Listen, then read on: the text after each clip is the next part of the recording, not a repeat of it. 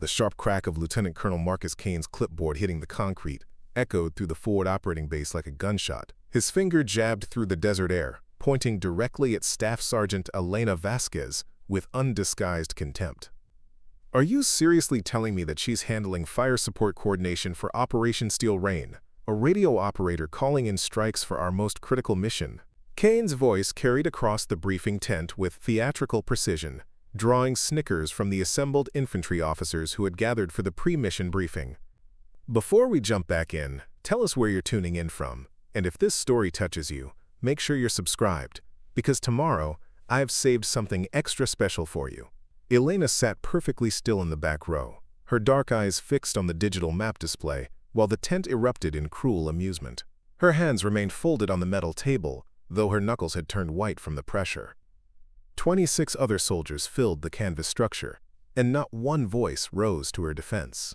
The afternoon sun blazed through the tent flaps, casting harsh shadows across the tactical maps spread on every surface. Elena had been coordinating fire missions for 3 years, had logged more combat hours than half the men laughing at her expense. Yet here she sat, listening to them question her basic competence. Colonel Rebecca Stone cleared her throat sharply, attempting to restore order to what had devolved into a circus. "That's enough, Kane. Staff Sergeant Vasquez has been selected for this mission based on her qualifications." Kane leaned back in his chair with practiced arrogance, his smirk never wavering.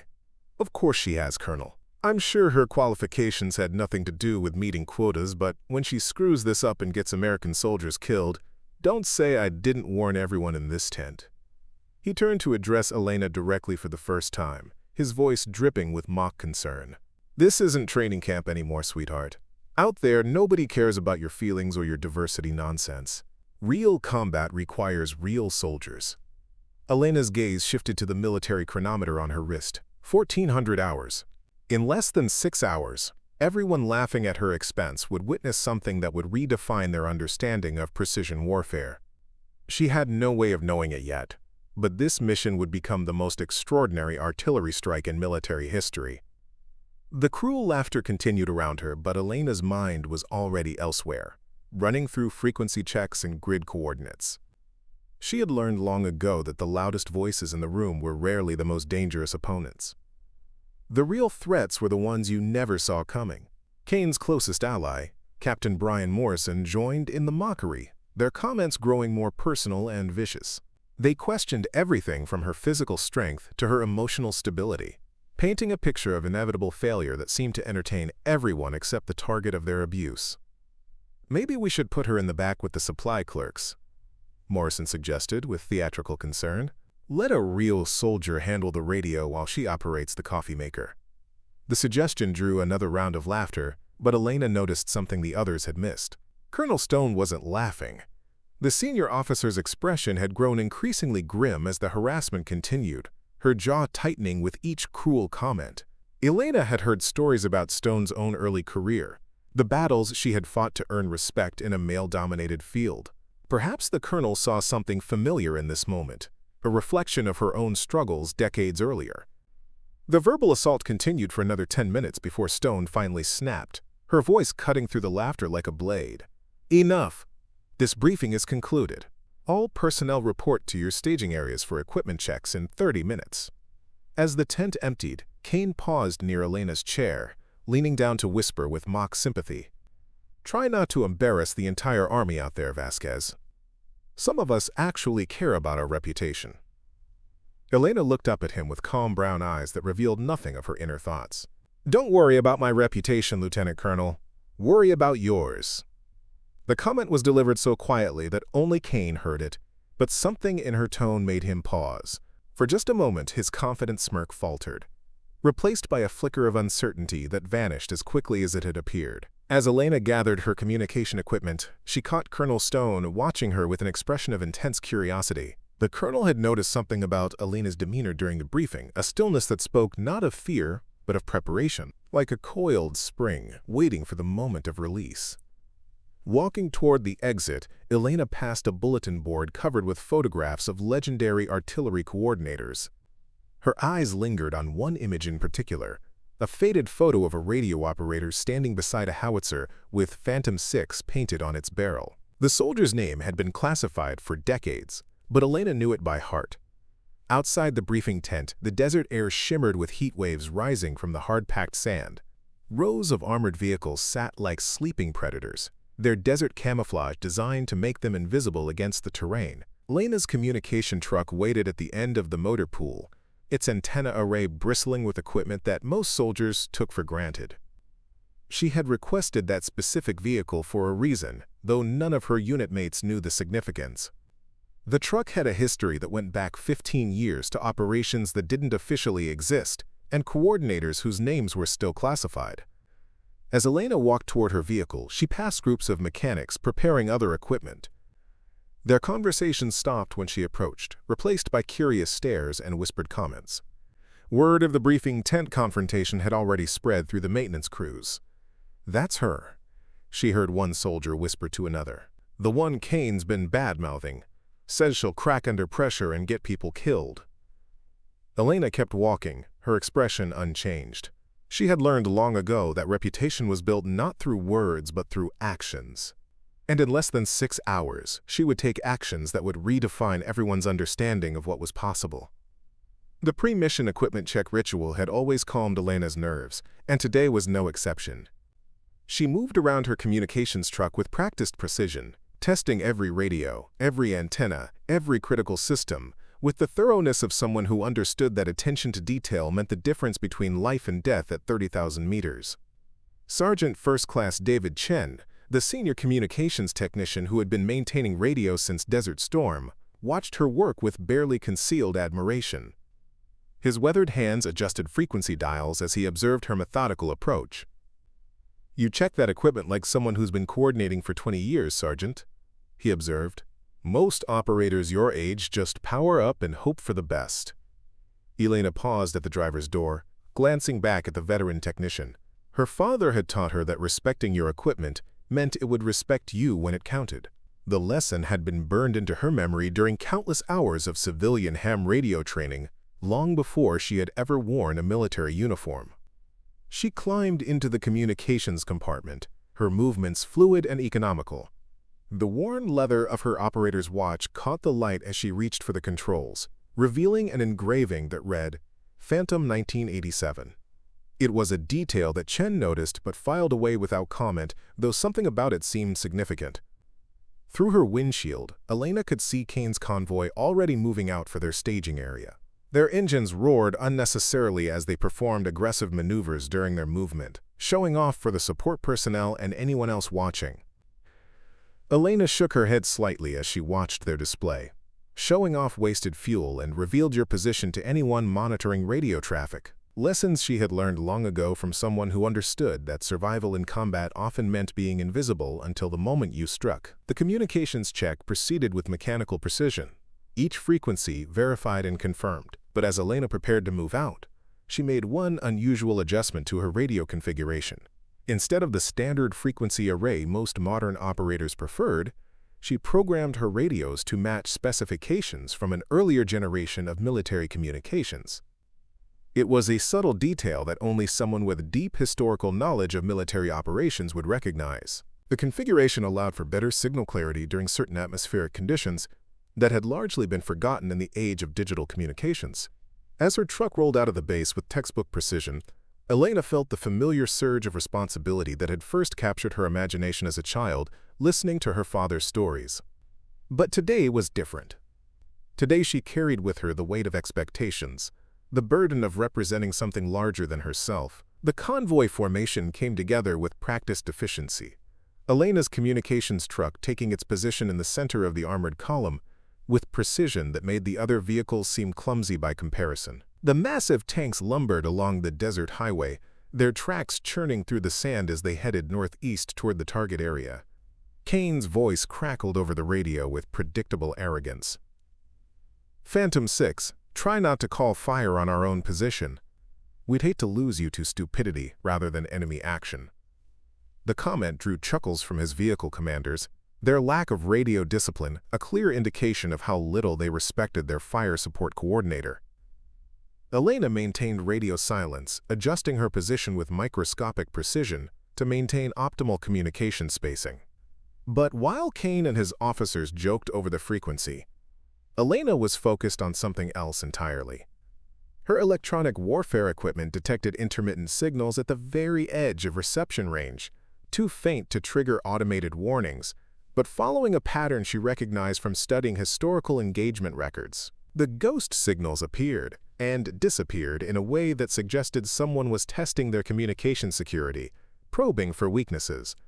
Elena's pulse quickened not from fear, but from recognition. She had studied every major artillery engagement from the past 30 years, and she knew what was coming. In exactly 4 hours and 37 minutes, enemy forces would launch a coordinated attack on American positions. Kane's overconfident convoy would rush headlong into a trap, leaving the infantry vulnerable to a carefully planned ambush.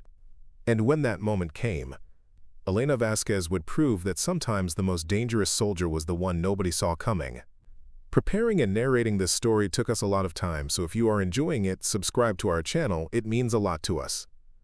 Now back to the story. The afternoon sun continued its slow descent toward the western horizon, casting the convoy in golden light. To any observer, it looked like a routine movement to contact. Armored vehicles escorting supply trucks through potentially hostile territory. But Elena knew better. She could feel the weight of destiny settling around her like her father's old field jacket. Everything she had trained for, every lesson learned in countless hours of study and preparation, was about to be tested in the crucible of actual combat. The ghost was about to emerge from the shadows, and the legend of Phantom's daughter was about to be born. The first enemy contact appeared at exactly 16:37 hours, just as Elena had predicted. Multiple vehicles approaching from the northeast, moving fast and using terrain masking to avoid detection. Elena's communication intercept equipment immediately classified them as hostile, based on their radio signatures, their distinctive patterns unmistakable to anyone who had studied threat recognition. But there was something about their movement that made Elena's pulse quicken with recognition rather than fear. She had seen this exact tactical approach in classified after-action reports, studied it in documentation that most soldiers never knew existed. Kane's reaction was predictably aggressive and poorly considered. His voice cut through the radio net with barely controlled excitement. All Sabre elements. Enemy contact bearing 045. Estimated company strength. We're moving to engage. The tactical situation had transformed from routine patrol to potential combat in seconds. The enemy had chosen their moment perfectly, catching the convoy at maximum distance from friendly support with mountains to the south limiting escape routes. Elena watched Kane's armored vehicles break away from the convoy, accelerating toward the incoming threat with engines roaring. It was exactly what the enemy formation wanted, to draw off the majority of the protection and leave the supply vehicles vulnerable. She keyed her radio for the first time since leaving base, her voice calm and professional. Phantom 6 maintaining overwatch with supply column. Her use of the old tactical call sign instead of her assigned designation was subtle but deliberate. Anyone monitoring the frequency would understand its significance if they knew their history. But Kane was too focused on his impending glory to notice the implications. The enemy formation split with practiced precision as Kane's vehicles approached. Half continued straight, while the other half peeled off in perfectly coordinated maneuvers. Elena recognized the tactic instantly. It was called the Scorpion's Embrace, a Middle Eastern technique designed to envelop and destroy aggressive opponents who rushed into combat without thinking. Kane and his vehicles flew directly into the trap. Their tight formation dissolved into individual engagements within seconds of contact, exactly as the enemy had planned. While Kane's element became entangled in a confusion of gunfire and smoke, enemy infiltrators began moving toward the supply convoy through terrain features Elena had been monitoring since they left base. She had been expecting this. She had already positioned herself to coordinate defensive fires, climbing to higher ground where the thinner air would give her communications maximum range and clarity. The defensive coordination maneuver she executed next hadn't been taught in Army schools for 20 years. It was a Cold War-era technique designed for outnumbered forces, but Elena had adapted it for modern digital communications. By using specific frequency patterns that created multiple signal paths, she could coordinate fires from artillery units that were beyond normal communication range. while maintaining contact with multiple aircraft simultaneously. The first artillery strike Elena coordinated destroyed 3 enemy vehicles before they could reach effective range. The rounds impacted with surgical precision, each explosion calculated to neutralize threats while avoiding damage to friendly positions. Kane's voice cut through the radio chatter, breathless and strained from combat stress. "Lucky coordinates, Vasquez. Don't get overconfident." Even in the middle of his own life-or-death struggle, he couldn't resist diminishing her success. But Elena was already focused on the larger threat, which had recognized her capabilities and was attempting to jam her communications using sophisticated electronic warfare equipment. The enemy communications officer was skilled, Elena had to admit. He systematically attacked her radio frequencies while trying to force her into using predictable backup channels where his jamming would be most effective. But Elena had studied every engagement from the past 30 years, and she recognized his patterns. When he committed to a full-spectrum jamming attack, she was ready. Instead of fighting the jamming as he expected, she performed what communications specialists called frequency agility, using the enemy's own jamming signals to boost her transmission power while switching to frequencies he couldn't monitor. The coordinated artillery strike that followed was devastating. Multiple enemy positions were destroyed simultaneously as Elena called in fires from 3 different artillery units, each targeting specific grid coordinates with precision that seemed impossible for a single operator to achieve. The enemy communications officer transmitted on the emergency frequency in heavily accented English, his voice filled with shocked recognition. "Phantom, it's Phantom.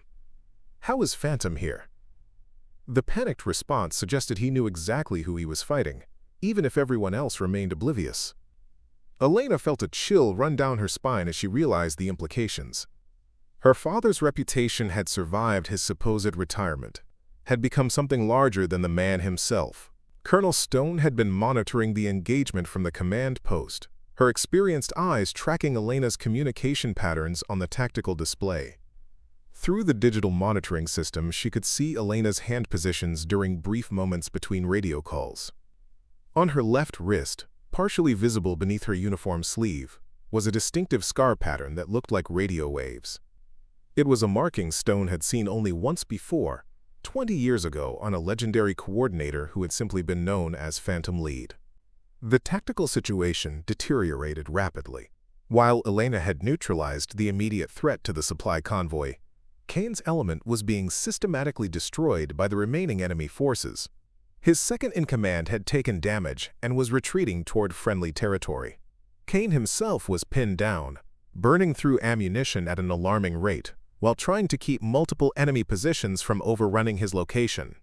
Only his gunner was still fully operational, but he was too focused on his own survival to provide mutual support. That's when Elena noticed the real threat. A hidden mortar position had just revealed itself, its ranging rounds walking toward Kane's disabled vehicle. The enemy crew had been waiting for exactly this moment, when the American commander would be most vulnerable to indirect fire. Elena's electronic warfare systems detected the mortar's fire direction center, painting Kane's exact location for precision strikes that would eliminate the American leadership. She made a split-second decision that would have been court-martial worthy under normal circumstances.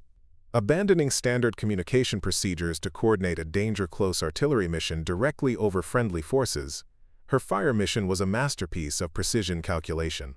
The artillery rounds impacted within 50 meters of Kane's position, close enough to neutralize the enemy mortar crew while maintaining sufficient safety margin to avoid fratricidal casualties. Each round was calculated to create maximum effect on target while minimizing risk to American personnel, a level of accuracy that required not just skill but an almost supernatural understanding of ballistics and terrain effects. But the damage was already done. Kane's vehicle had taken multiple hits, and smoke was pouring from its engine compartment. The crew reported system failures and navigation equipment damage, their options rapidly dwindling as enemy forces closed in from multiple directions. Kane's voice carried over the emergency frequency with military composure that barely masked growing desperation. "Steel Rain Actual declaring emergency. We need immediate extraction." Grid reference follows. Elena pulled up her tactical display and felt her blood run cold. Kane's position was in a valley surrounded by enemy-controlled high ground. Intelligence reports indicated at least battalion-strength hostile forces in the area equipped with heavy weapons and armored vehicles. Any extraction attempt would mean certain destruction for the rescue force. Kane's second-in-command transmitted with barely controlled panic, "Missions blown. All units return to base immediately. There's nothing more we can do."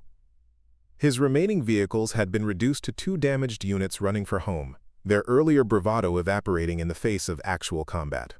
Elena watched Kane's smoke trail, marking his position like a beacon for every enemy unit in the area. On her tactical displays, she could already see vehicles moving to intercept.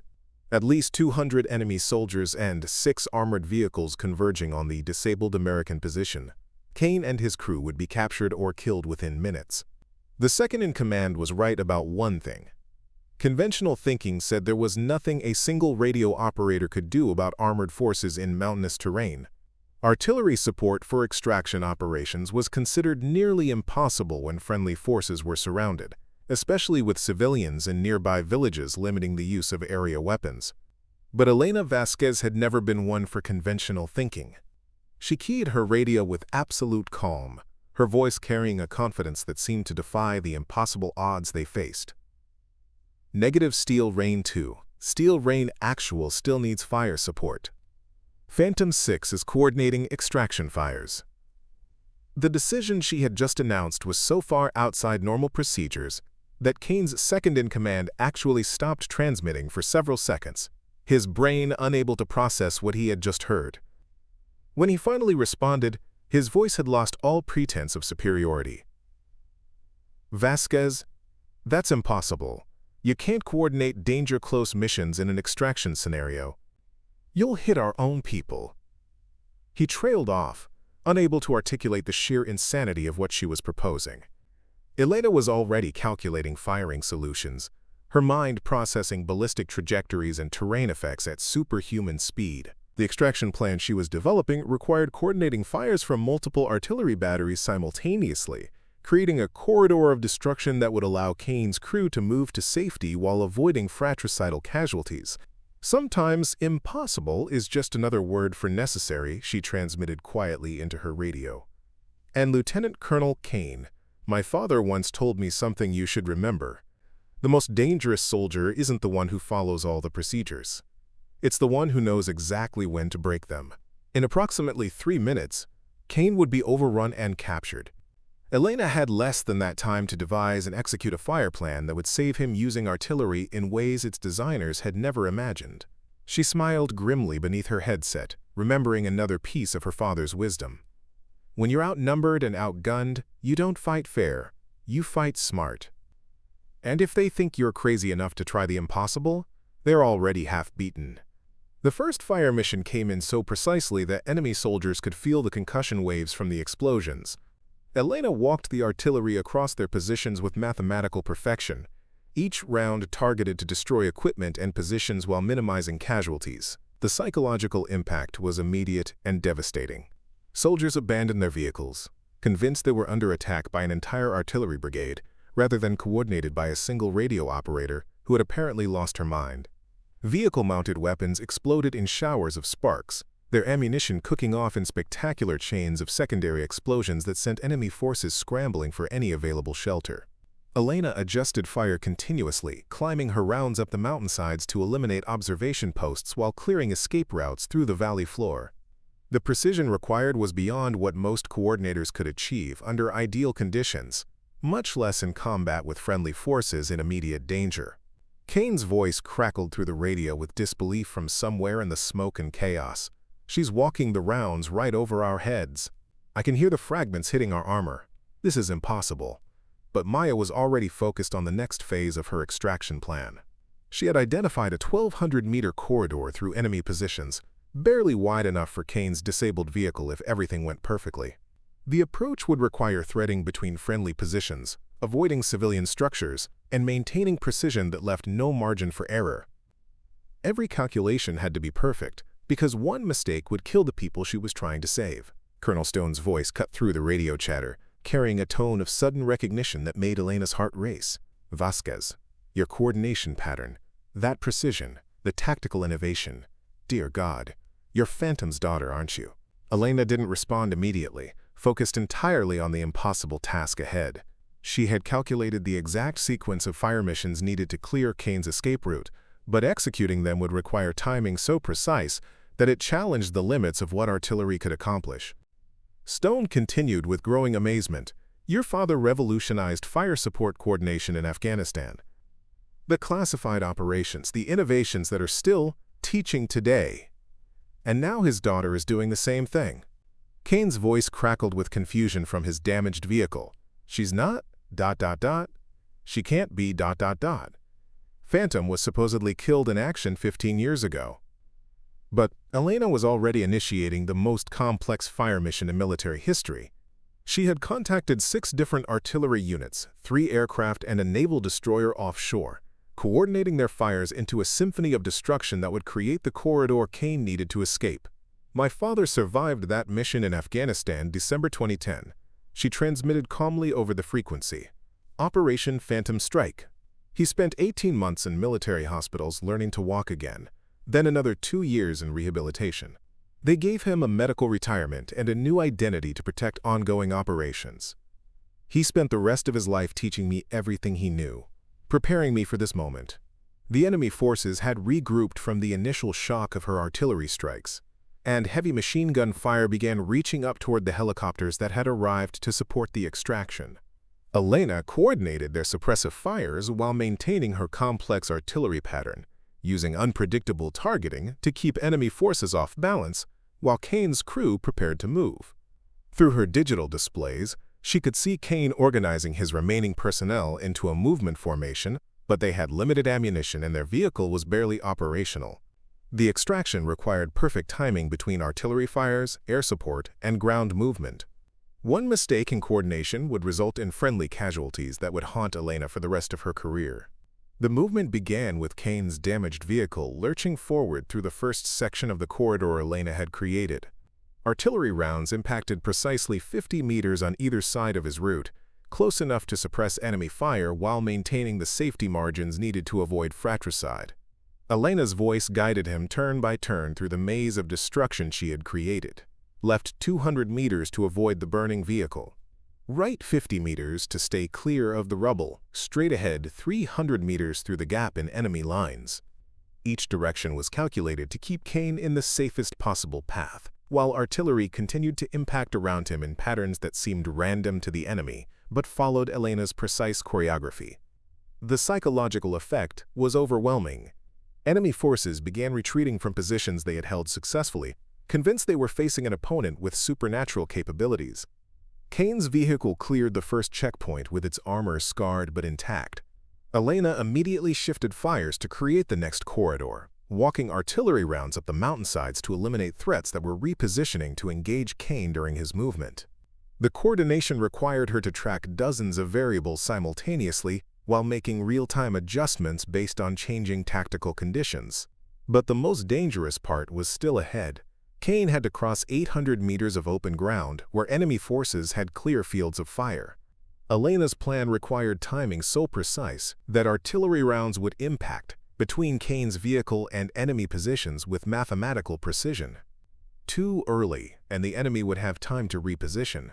Too late, and Kane would be destroyed before the rounds could take effect. Elena initiated the danger close mission with calm professionalism that masked the incredible risk she was taking. If her calculations were wrong by even 10 meters, she would kill the people she was trying to save. The artillery rounds screamed overhead so close to Kane's vehicle that he could feel the air pressure from their passage. They impacted in perfect sequence, creating a wall of destruction that advanced just ahead of his movement.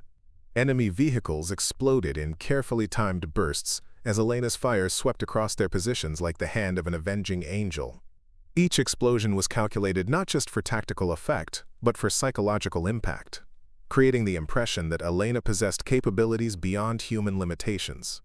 Soldiers began abandoning their weapons and fleeing in panic, convinced they were fighting something supernatural. Kane's vehicle reached the final checkpoint, with smoke pouring from multiple systems, but still operational. Elena had successfully coordinated the most complex artillery mission in modern military history, evacuating surrounded personnel through precision fires that redefined what was considered possible. Her voice carried over the radio with quiet satisfaction. "Steel Rain. Actual. You are clear of enemy contact. Proceed to Extraction Point Alpha for medical evaluation." The silence that followed lasted almost 30 seconds, as the full implications of what Elena had accomplished settled over everyone monitoring the frequency. She had saved Kane's life through tactical innovations that exceeded what military planners thought possible for a single coordinator. More importantly, she had done it while Kane and his allies were still questioning her basic competence. Kane's voice finally broke the silence, hoarse with emotion and exhaustion. "Phantom 6. I don't know how you just did that, but I owe you an apology. Hell, I owe you my life. What you just accomplished it's impossible. But you did it anyway." Quote, the admission carried over the radio frequency where dozens of other soldiers were listening, many of them recorded for later analysis and training. Elena maintained her professional composure even as she felt the weight of vindication settling over her like armor. "Just doing my job, Steel Rain Actual. Fire support coordination is what radio operators do. Some of us just do it better than others." The comment was delivered without malice, but its implications were clear to everyone listening. Elena hadn't just saved Kane's life. She had redefined what was possible in her career field. Colonel Stone's voice cut through the tactical frequency with obvious amazement. "All stations, this is Steel Rain Base. Be advised, Staff Sergeant Vasquez has just executed the most extraordinary fire coordination mission in Army history. I am recommending her for immediate decoration and promotion. Furthermore, I'm ordering a full review of our personnel assessment procedures because we clearly failed to recognize one of our finest warriors." The breaking point had been reached and passed. Elena Vasquez was no longer the underestimated radio operator that Kane and his allies could dismiss and mock. She had become something far more dangerous, a legend in the making, carrying forward the Phantom legacy in ways that would reshape how the Army understood coordination, precision, and the true meaning of impossible odds. The return to base was surreal. Kane had gone completely silent, his earlier arrogance evaporated in the face of what he had witnessed. Other soldiers on the frequency whispered among themselves, the story already growing to legendary proportions with each retelling. Elena had not only survived impossible odds but had rescued a superior officer through a combination of tactical skill and sheer audacity that rewrote the book on fire support operations. As the convoy approached home base, Colonel Stone made a transmission that would change everything. "All stations, this is Steel Rain Base. Staff Sergeant Elena Vasquez, call sign Phantom 6, has just prevented a major tactical disaster through unprecedented coordination skills. Her actions today represent the finest traditions of Army excellence. Any questions about her capabilities have been permanently answered." The words carried across the base communication networks, reaching personnel who had heard rumors about the confrontation that morning. Elena's vindication was complete, but she realized that her triumph had also created new challenges. Success at this level came with expectations and responsibilities that would reshape her entire military career. The landing at home base was unlike anything Elena had experienced in her military career. Word of the rescue had already spread through the base communication networks, and the entire brigade had turned out to watch her return. As her communications truck rolled through the main gate, she could see hundreds of personnel lining the roadway. Some saluting, others simply staring in amazement at what they had heard was impossible. Ground crews who had serviced her equipment dozens of times before now looked at her with something approaching reverence. Maintenance chiefs who had barely acknowledged her existence suddenly stood at attention as her truck passed their positions.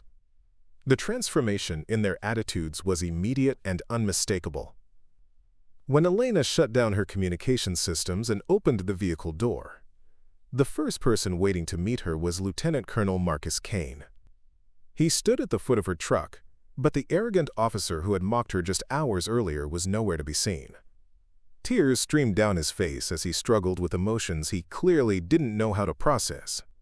Without a word, Kane dropped to one knee on the concrete in front of the assembled crowd. His voice broke as he spoke. "I'm sorry. I'm so sorry. I didn't know who you were, what you were capable of. I nearly got my own people killed with my arrogance. Elena climbed down from the driver's seat and helped Kane to his feet, her actions witnessed by dozens of other soldiers and support personnel. The gesture was simple but profound. She could have humiliated him publicly, could have savored his complete reversal of attitude. Instead, she chose grace. "You didn't know because I didn't want you to know," she said quietly, her voice carrying clearly in the desert air. "My father taught me that the most dangerous warrior is the one nobody sees coming." She paused, looking Kane directly in the eye. "But now you do know. The question is, what are you going to do with that knowledge?" Colonel Stone approached, having witnessed the entire exchange. Her expression mixed professional assessment with personal recognition. "Staff Sergeant Vasquez, I need you to debrief immediately. What you accomplished today is going to require some very detailed documentation." As they walked toward the operations building, Elena noticed something that would prove crucial in the days ahead. Captain Morrison, Kane's usual ally, was standing apart from the crowd with a small group of officers. Their expressions weren't celebratory. They were calculating, whispering among themselves with the intensity of people planning something. Elena caught fragments of their conversation as she passed. "Makes us all look bad. Showboating for attention. Probably violated a dozen safety regulations." The resentment in their voices was unmistakable, and Elena realized that her triumph had created a new set of enemies among people she had never even considered threats. The debriefing room was packed beyond capacity. Intelligence officers, brigade commanders, and personnel Elena didn't even recognize filled every available seat. Colonel Stone sat at the head of the conference table, her arm in a sling from an unrelated training accident, but her eyes sharp and focused. "Ladies and gentlemen," she began without preamble, "what you're about to hear will redefine your understanding of fire support coordination. Staff Sergeant Vasquez didn't just save lives today. She demonstrated capabilities that we didn't know existed in our training programs." For the next 4 hours, Elena walked them through every decision, every calculation, every split-second timing adjustment that had turned an impossible situation into a legendary rescue.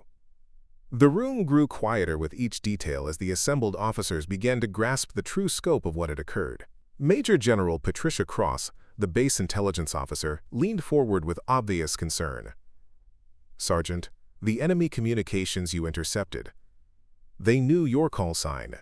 They knew about Phantom Lead. That suggests intelligence leaks we weren't aware of." Elena had been expecting this question. "Sir, my father's reputation survived his medical retirement. The enemy has been watching for his return, or for someone carrying on his work. Today they found out that Phantom Lead trained a successor." Colonel Stone nodded grimly. "Which means you're now a marked soldier, Sergeant. Every hostile intelligence service in the region will be looking for ways to eliminate or capture Phantom's daughter. Your anonymity was your greatest protection, and we just lost it." The implications were staggering. Elena had wanted to prove herself as a coordinator, to earn the respect of her peers through skill and dedication. Instead, she had inadvertently revealed a family secret that put her at the center of international attention she had never sought. Stone spoke up from her position at the conference table. "There's something else we need to address. Sergeant Vasquez's actions today, while heroic, involved multiple violations of safety protocols, coordinating danger-close missions without authorization, exceeding maximum coordination limits, conducting fires without proper clearance procedures." She paused meaningfully. Under normal circumstances, these would result in disciplinary proceedings. A chill ran through the room. Elena felt her stomach drop as she realized the colonel was right. In her determination to save Kane, she had broken fundamental safety regulations. Her triumph could easily become her downfall if the wrong people decided to make an example of her. But Colonel Stone stood up slowly, her command presence filling the room. "However, I'm invoking combat effectiveness authority. Sergeant Vasquez's actions were not only justified by circumstances but represent the highest traditions of Army excellence. Any attempt to punish her for saving American lives will go through me personally." The tension in the room shifted dramatically. Stone carried enough influence to protect Elena from bureaucratic retaliation, but her protection would only extend so far. Other enemies were already forming, people who saw her success as a threat to their own positions or beliefs about military hierarchy. After the debriefing, Elena found herself alone in the hallway with Sergeant First Class Chen, the veteran communications technician who had watched her equipment check that morning. The weathered soldier approached her with something approaching reverence. "Sergeant, I served with your father in Iraq. Never said nothing because he asked us not to, but I recognize the watch you wear and the way you set up your radios. Chen's voice carried decades of respect. Phantom was the finest coordinator I ever worked with, and from what I seen today, the apple didn't fall far from the tree. The revelation hit Elena like a physical blow. Her father had served with people who were still active duty, still protecting his secret even after his supposed retirement. She wasn't just carrying on a family tradition. She was part of a brotherhood that extended back decades. He's proud of you, wherever he is. Chen continued quietly. But he'd also want you to be careful. What you did today was magnificent, but it's also made you enemies you don't even know about yet. As if summoned by his words, Captain Morrison appeared around the corner with two other officers Elena didn't recognize. Their expressions were cold and calculating, the look of people who had reached unpleasant decisions. Staff Sergeant Vasquez, Morrison said with false politeness. Congratulations on your dramatic rescue today. I'm sure the media will have a field day with the story of the heroic female coordinator who broke all the rules to save a superior officer. There was something poisonous in his tone that made Elena immediately cautious. Thank you, Captain Morrison. It was a team effort. Oh, I'm sure it was, Morrison replied with a smile that never reached his eyes. I'm also sure that when the full investigation is completed, we'll discover exactly how many regulations were violated in the process. Military justice has a way of catching up with people who think they're above the rules, regardless of how heroic their actions might appear. The threat was barely veiled. Morrison and his allies were going to use Elena's rule-breaking against her, turning her greatest triumph into evidence of insubordination and reckless endangerment. They would argue that she had unnecessarily risked valuable equipment and personnel for personal glory. Elena felt the familiar calm settle over her that had carried her through combat just hours earlier. Her father had taught her that the most dangerous enemies weren't the ones shooting at you from the battlefield. They were the ones smiling at you in the hallway while planning your destruction. I understand your concerns, Captain Morrison, Elena replied evenly. I'm sure any investigation will reveal exactly what happened today, that American lives were saved through tactical innovation and decisive action. I have complete confidence in military justice. Morrison's smile faltered slightly. He had expected fear or anger, not calm confidence. Elena's response suggested that she had allies and resources that Morrison hadn't anticipated. As the group walked away, Elena heard one of Morrison's companions whisper, "She's more dangerous than we thought. This isn't going to be as easy as we planned." Elena smiled grimly to herself. They were right about one thing. This wasn't going to be easy. But they had made a crucial mistake in assuming that Phantom's daughter had learned only coordination skills from her father. He had also taught her about military politics, about building alliances, and about fighting battles that didn't involve artillery and aircraft. The war for Elena's career and reputation was just beginning, but she had advantages her enemies couldn't see. Colonel Stone's protection was only the beginning. The network of veterans who had served with her father, the respect she had earned from communications personnel and support crews, the international attention that would make it difficult to quietly destroy her career. All of these were weapons in a different kind of combat. That evening, Elena sat in her quarters, reviewing the day's events. A secure phone buzzed with an encrypted message from an unknown number. The text was brief but unmistakable.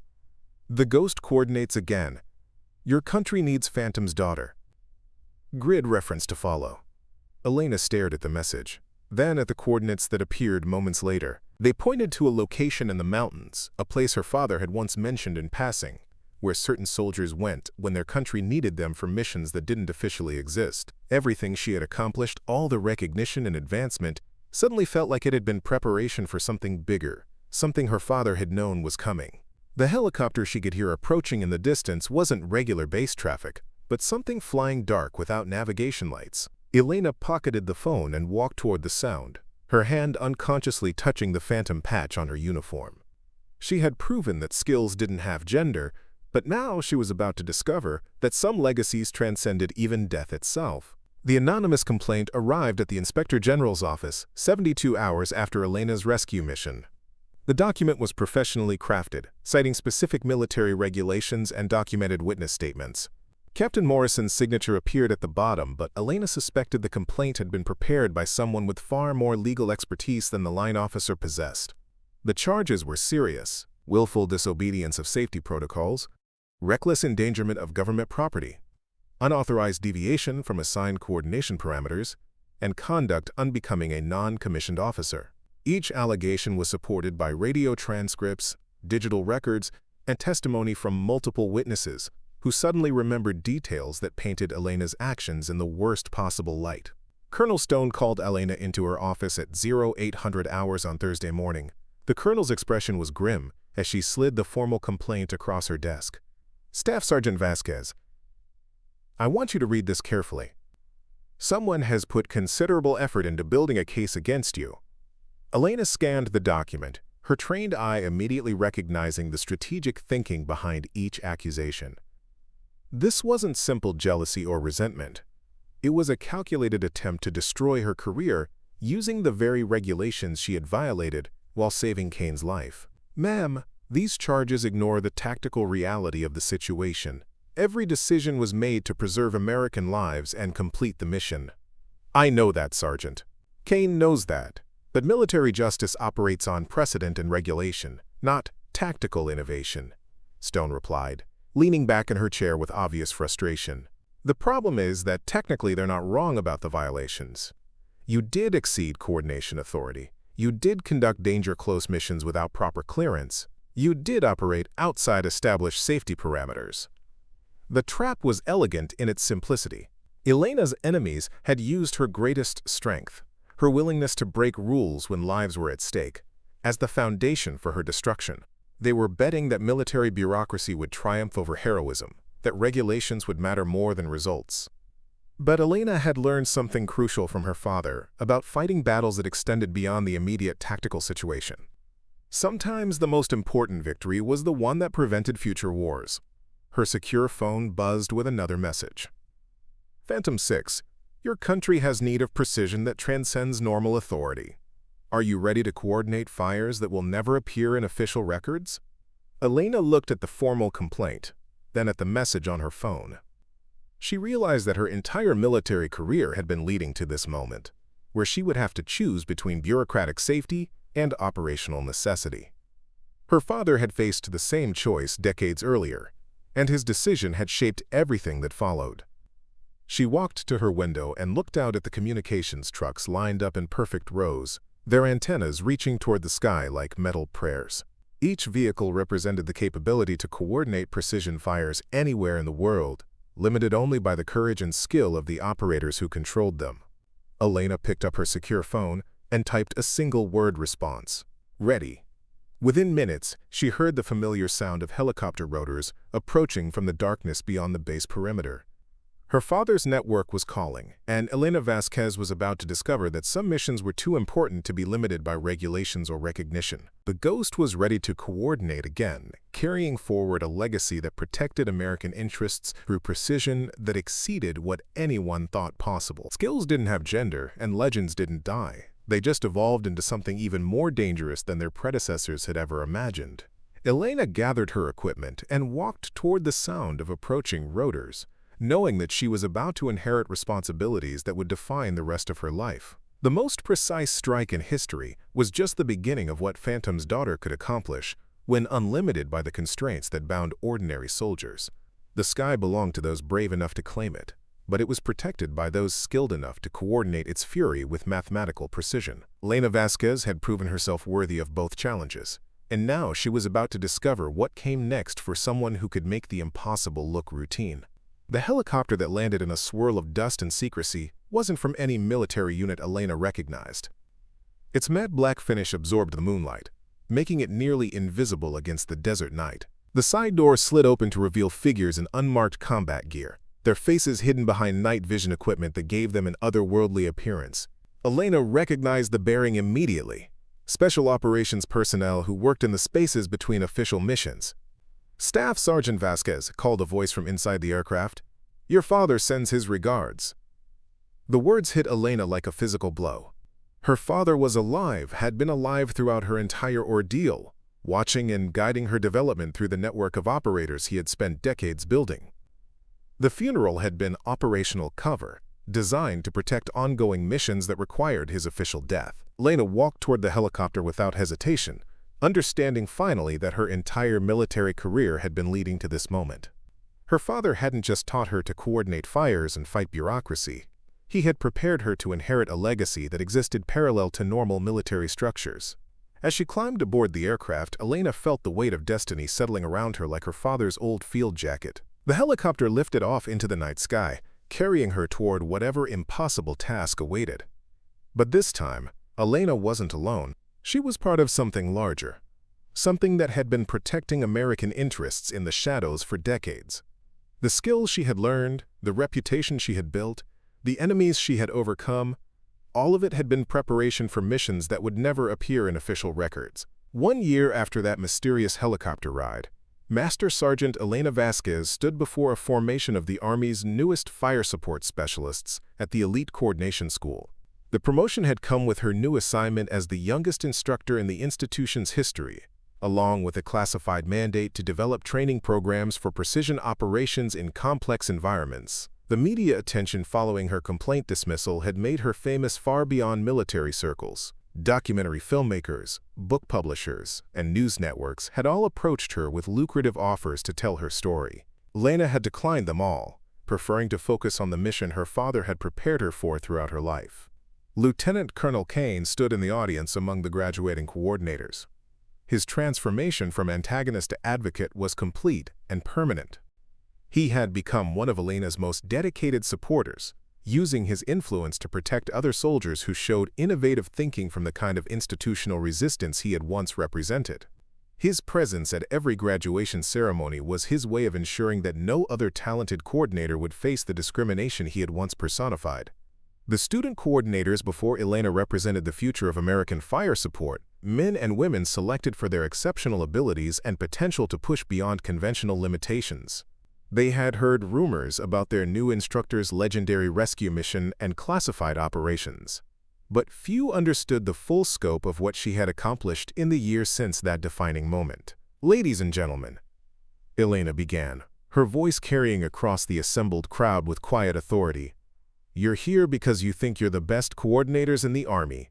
Some of you probably are, but I'm not here to teach you to be good coordinators. I'm here to teach you to be warriors who happen to operate radios. There's a difference." In the back row, a young female specialist raised her hand tentatively. Her name tape read Martinez, and Elena recognized the uncertainty in her expression, the same doubt Elena had carried during her early unit assignments. "Master Sergeant, what's the difference between a coordinator and a warrior?"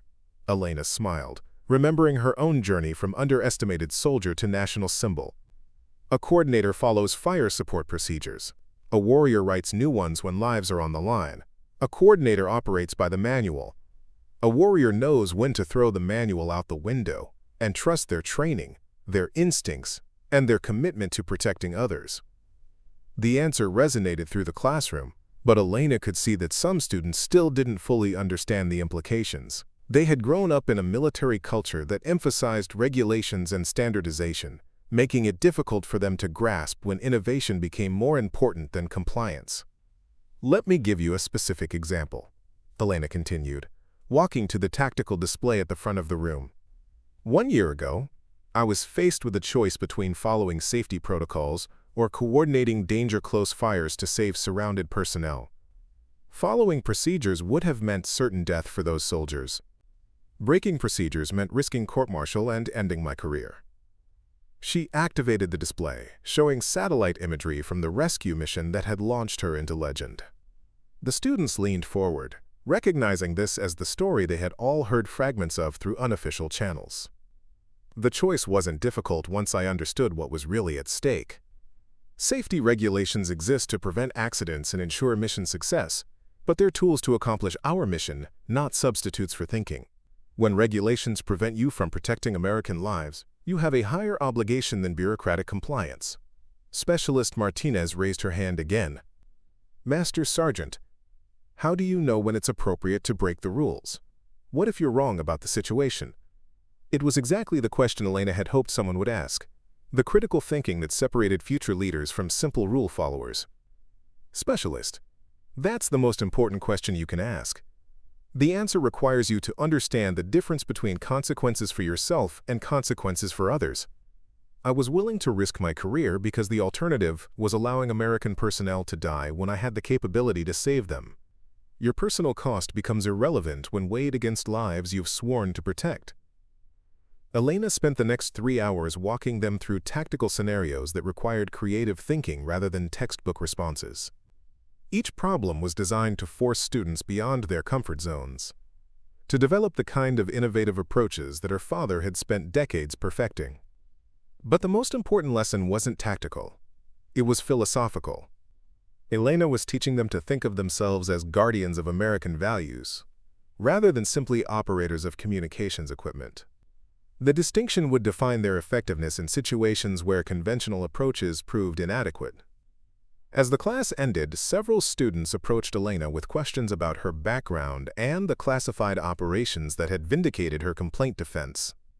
She answered what she could while maintaining operational security, but she could see their growing understanding that military service extended far beyond routine assignments. That evening, Elena walked alone across the training area, watching the sun set over rows of communication vehicles that represented America's coordination capabilities. The desert wind carried the familiar smell of diesel fuel and possibility, reminding her of countless similar moments during her father's career. Her secure communication device buzzed with a message that made her pulse quicken, with anticipation rather than concern. The text showed coordinates and a time, but the sender identification displayed Phantom Actual, her father's current operational call sign. Elena looked at the message, then at the communications vehicles glowing in the twilight. Everything she had accomplished, the teaching assignment, the recognition, the influence she now wielded, suddenly felt like preparation for something even more significant. Something her father had known was coming long before his supposed death. In the distance, she could hear the sound of helicopter rotors approaching, but this time, it wasn't the mysterious black aircraft that had taken her to classified operations. This was a standard military transport, arriving to collect her for a mission that would be fully documented and officially recognized.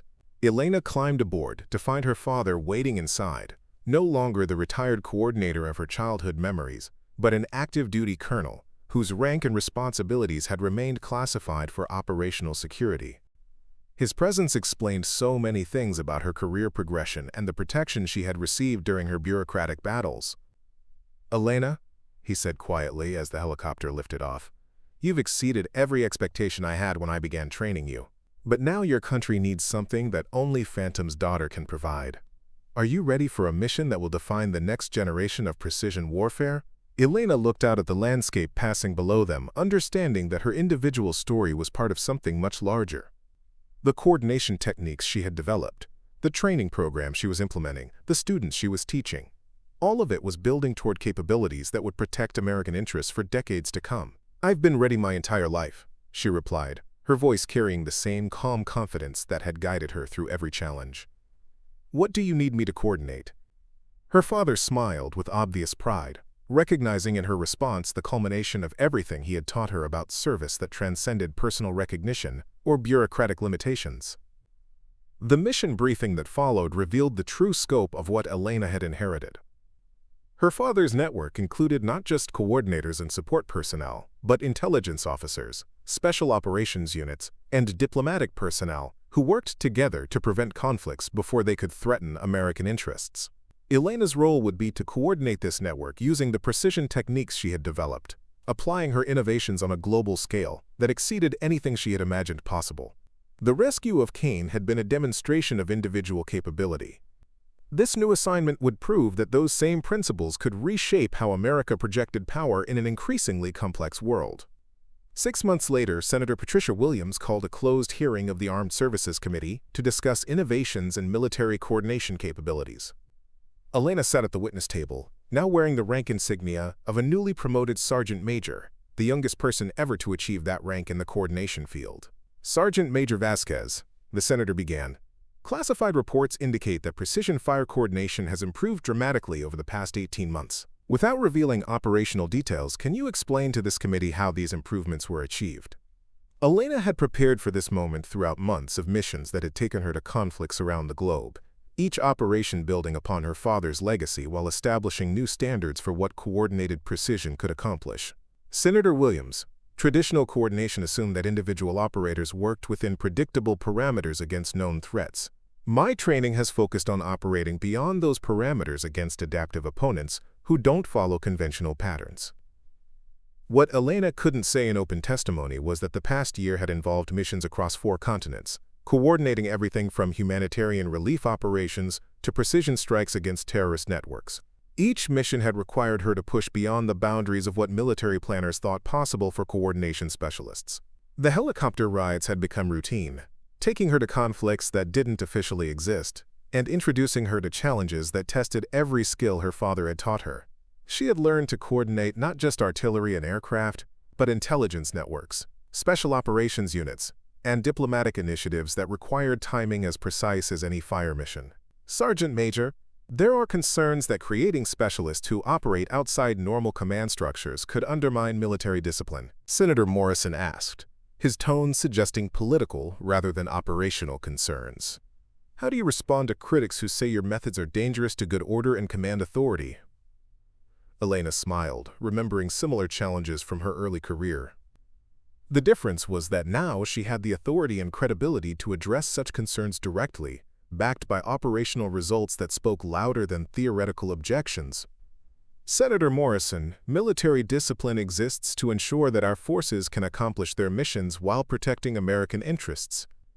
When traditional approaches prove inadequate against evolving threats, adaptation becomes a form of discipline rather than a violation of it. After the hearing, Elena found herself in the corridor outside the committee room, surrounded by reporters and defense contractors who wanted to understand the implications of her testimony. The attention was professionally useful but personally exhausting.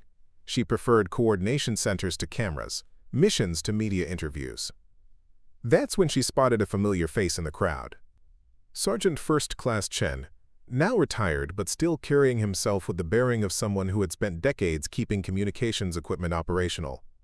The veteran technician had traveled from his home in Texas just to watch her testimony, and his presence meant more to Elena than any congressional recognition.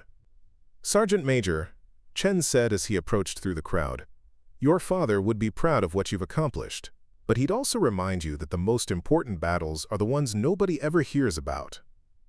The comment was delivered quietly, but Elena understood its significance. Her public testimony and congressional appearances were important for building institutional support, but her real work happened in the shadows where her father had always operated most effectively. That evening, Elena sat in her Pentagon office, reviewing intelligence briefings about emerging threats that would require unconventional responses. Her secure communication system displayed messages from coordinators around the world, specialists and officers who had become part of the network she was building. Each message represented a piece of a larger puzzle that traditional military structures couldn't address effectively. Terrorist organizations were adapting faster than bureaucratic processes could respond, requiring capabilities that existed in the spaces between official missions and acknowledged operations. Elena's phone displayed a text from an encrypted number. Package delivered successfully. Target neutralized with 0 collateral damage. Phantom Network sends regards. The mission had been planned in her office but executed by coordinators she had trained using techniques her father had developed decades earlier. Phantom Network had become her primary operational capability, a group of specialists who officially didn't exist but carried out missions that prevented conflicts from escalating into larger wars. They operated with equipment that didn't appear in any inventory records, using coordination techniques that combined her father's innovations with her own adaptations for modern threats. The work was dangerous and often thankless, but Elena had learned that the most important victories were the disasters that never happened, the conflicts that were resolved before they could threaten American interests. Her success was measured not in medals or recognition, but in crises that never made headlines because they were prevented rather than managed.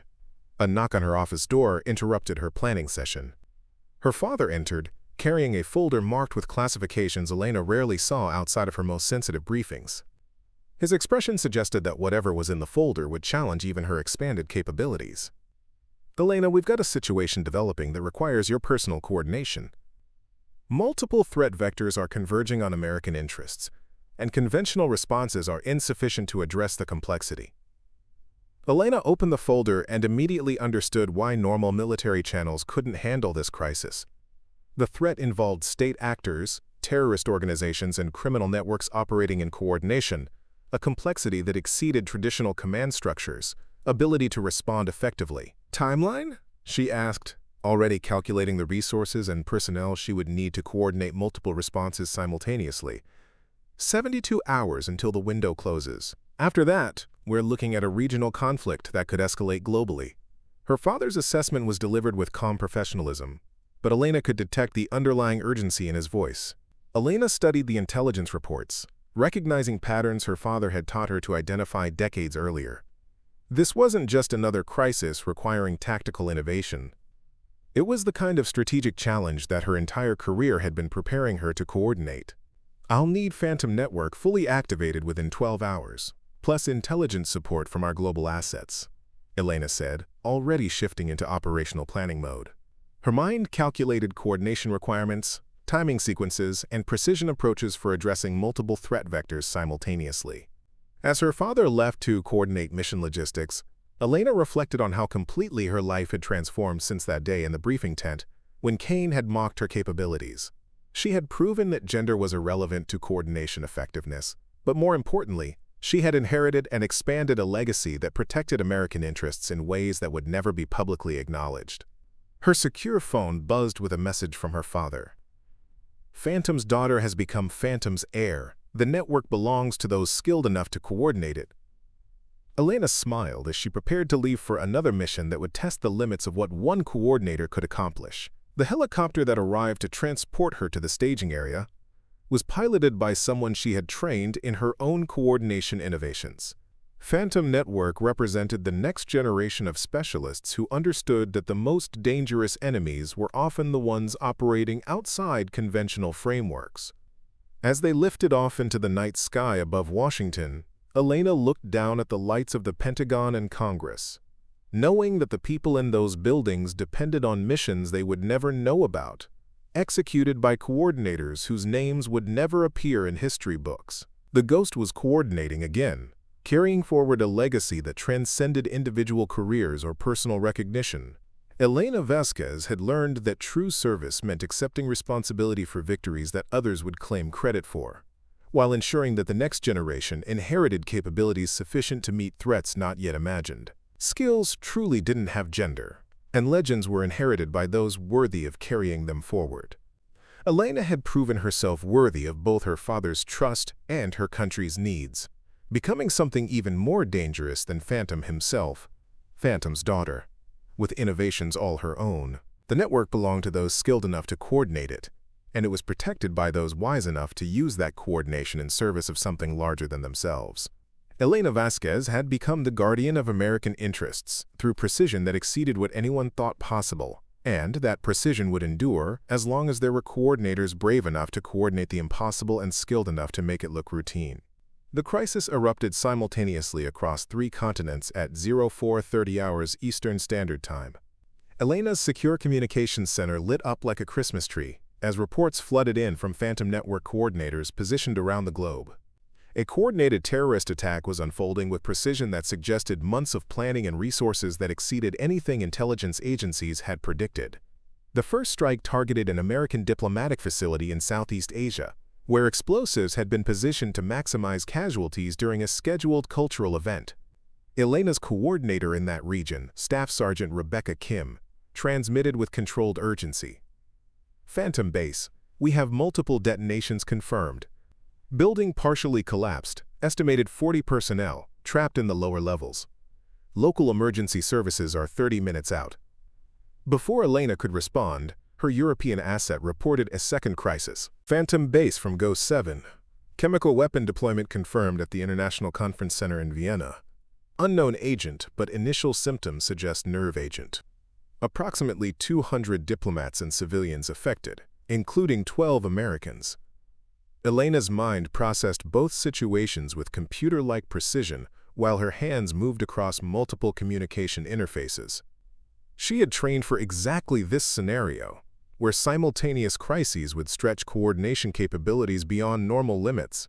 But the third report made her blood run cold with recognition. Phantom Base from Desert Fox. The voice belonged to Master Sergeant Carlos Mendez, operating in the Middle East. We've got a situation that looks familiar. 3 stolen aircraft approaching the oil refinery complex. Flight patterns match the tactics from Operation Sandstorm, but the timing suggests they know our response procedures. Elena recognized the implication immediately. Someone had studied Phantom Network's operational methods and was using that knowledge to coordinate attacks that would overwhelm their ability to respond effectively. This wasn't random terrorism, it was strategic warfare designed specifically to neutralize her network's capabilities. All Phantom stations, this is Phantom Base, Elena transmitted with calm authority that masked the incredible complexity of what she was about to attempt. We have coordinated hostile action across multiple theaters. Initiating Protocol 7. All assets report readiness status immediately. Protocol 7 was Elena's own innovation, a coordination methodology that allowed simultaneous response to multiple crises using overlapping resources and precisely timed interventions. It existed only in classified doctrine that she had developed during her most sensitive training exercises. Today would be its first operational test under conditions that would challenge every aspect of her capabilities. The responses came back within seconds.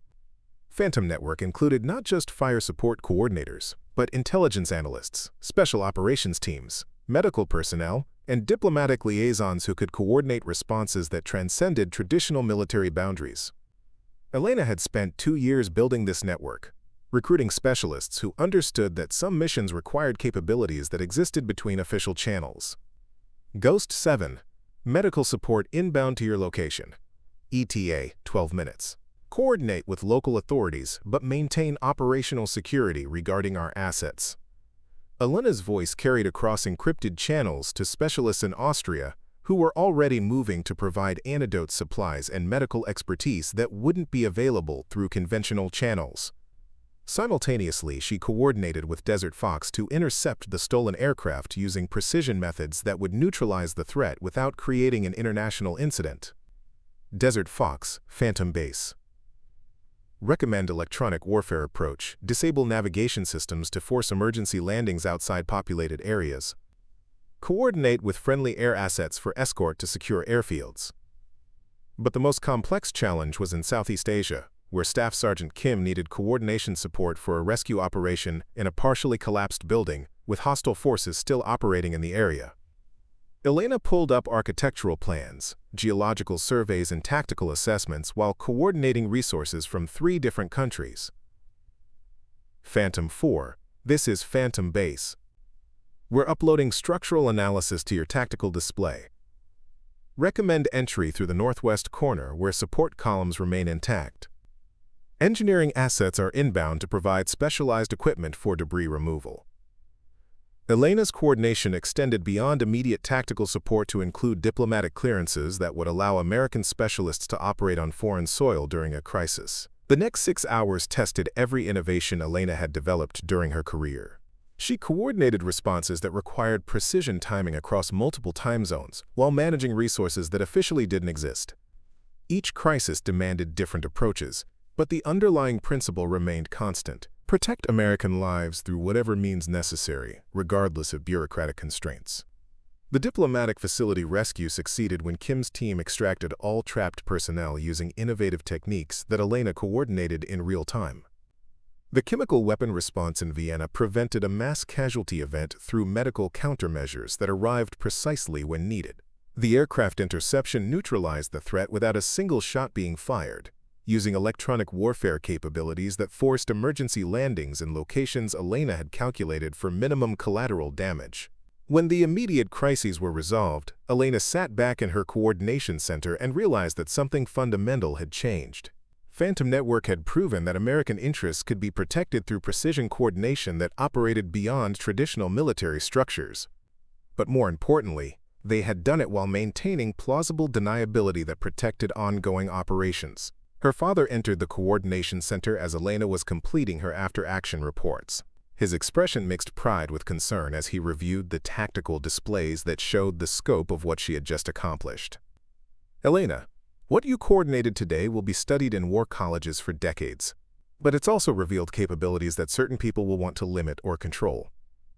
The implications were immediately clear. Elena's success had demonstrated coordination capabilities that exceeded what political leaders thought possible for non-official networks. There would be pressure to bring Phantom Network under traditional command structures, which would destroy the flexibility that made it effective. Sir, if they try to conventionalize what we've built, they'll eliminate the very capabilities that made today's success possible, Elena replied, already anticipating the bureaucratic battles that would follow. Phantom Network works because it operates in the spaces between official channels, integrated into normal command structures, and you destroy what makes it special. Her father nodded grimly, which is why your next assignment is going to be the most challenging of your career. The Pentagon wants to understand how Phantom Network operates, but they also want to control it. Your job is to give them enough insight to maintain their support while protecting the operational security that keeps us effective. The mission he outlined would require Elena to testify before Congress about capabilities that were still classified while building institutional support for operations that relied on deniability. She would have to balance transparency with security, demonstrating value while protecting methods. 3 weeks later, Elena stood before a joint session of the House and Senate Armed Services Committees in a hearing room packed beyond capacity. Media representatives, defense contractors, and foreign diplomatic observers filled every available seat. The attention was unprecedented for a classified briefing, but Elena's recent operations had generated interest that extended far beyond military circles.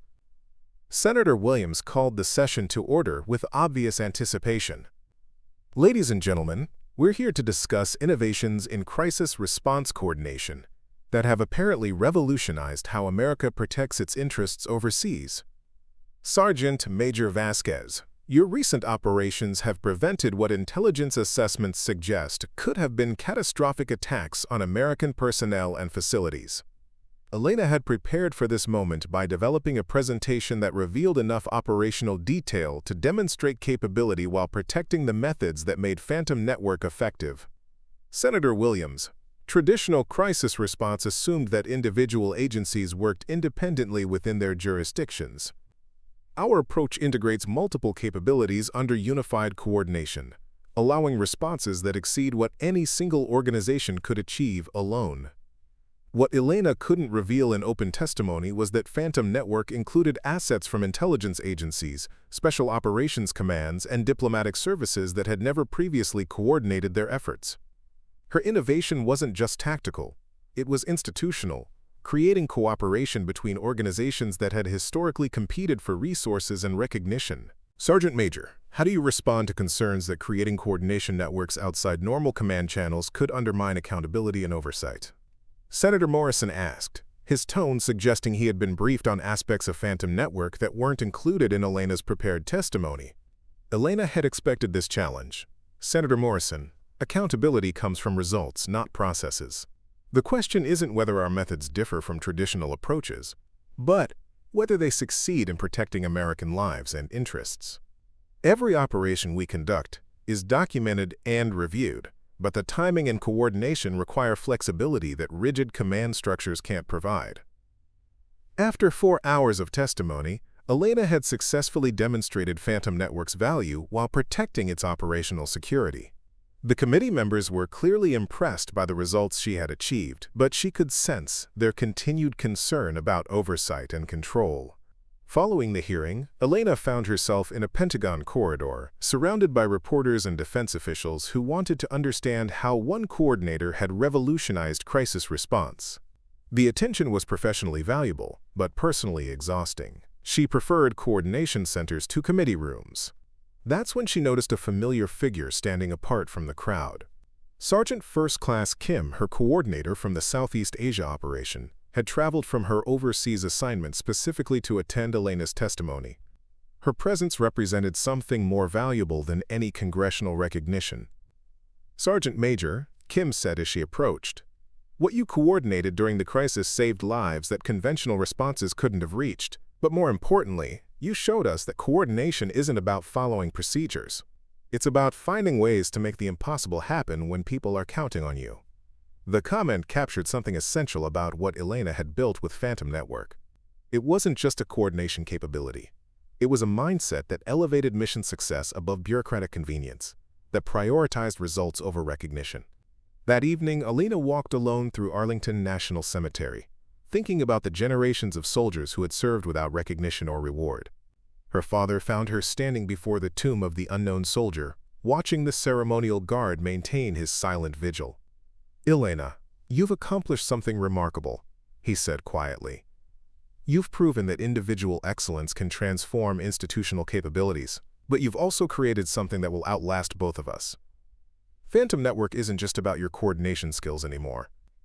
It's about the principle that America's defenders will find a way to protect what matters, regardless of limitations others try to impose."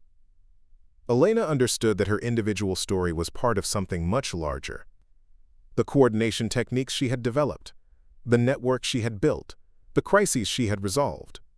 All of it contributed to capabilities that would protect American interests long after her own career ended. 6 months later, Elena received the promotion that made her the youngest command sergeant major in Army history. The ceremony was held at the Pentagon, attended by senior officials who had initially questioned her methods but now recognized their effectiveness. But the moment that meant the most came when her original students from the coordination school presented her with a plaque. The inscription read, "To the coordinator who taught us that impossible is just another word for Tuesday. Skills don't have gender, but legends belong to those brave enough to earn them." It was signed by dozens of specialists who had adopted her methods and were using them to protect American interests around the world. Elena realized that her greatest achievement wasn't the crises she had resolved or the recognition she had received. It was the next generation of coordinators who understood that true service meant finding ways to accomplish missions that others deemed impossible. As she stood before the assembled crowd, Elena thought about the journey from that briefing tent where Kane had mocked her capabilities to this moment of institutional recognition. She had proven that gender was irrelevant to coordination effectiveness, but more importantly, she had established principles that would guide American crisis response for decades to come. The ceremony concluded with Elena receiving orders for her next assignment, Director of Advanced Coordination Development, a position created specifically for her that would allow her to expand Phantom Network's capabilities while training the next generation of specialists who would inherit these responsibilities. Elena's secure phone buzzed with a message from an encrypted number. "Mission accomplished, Phantom's daughter. Your country is safer because you refuse to accept limitations others tried to impose. The network you built will protect American interests long after your name fades from memory. That's the true measure of service that transcends recognition." Elena smiled as she read the message, understanding that her father's greatest lesson had always been about legacy rather than individual achievement. She had learned that the most dangerous coordinator was indeed the one nobody saw coming, but the most valuable coordinator was the one who prepared others to carry on the mission. Skills truly didn't have gender, and legends were inherited by those worthy of carrying them forward. Elena Vasquez had proven herself worthy of both challenges, becoming something even more significant than her father had imagined possible. She had become the guardian of principles that would protect American interests through coordination that exceeded what anyone thought possible. The network belonged to those skilled enough to operate it. But it would endure because Elena had taught others to coordinate with the same precision and dedication that had defined her own career. Phantom's daughter had become Phantom's legacy, ensuring that America would always have guardians willing to make the impossible look routine. As Elena walked out of the Pentagon toward whatever challenges awaited, she carried with her the knowledge that her greatest victories would be the crises that never happened, prevented by coordinators who had learned that true service meant accepting responsibility without expecting recognition. The Ghost would continue coordinating, carried forward by specialists who understood that the most important battles were won in silence, protecting a nation that would never know how close it had come to disaster or who had stood watch in the darkness to keep it safe. Up next, you've got 2 more standout stories right on your screen. If this one hit the mark, you won't want to pass these up. Just click and check them out. And don't forget to subscribe and turn on the notification bell so you don't miss any upload from us.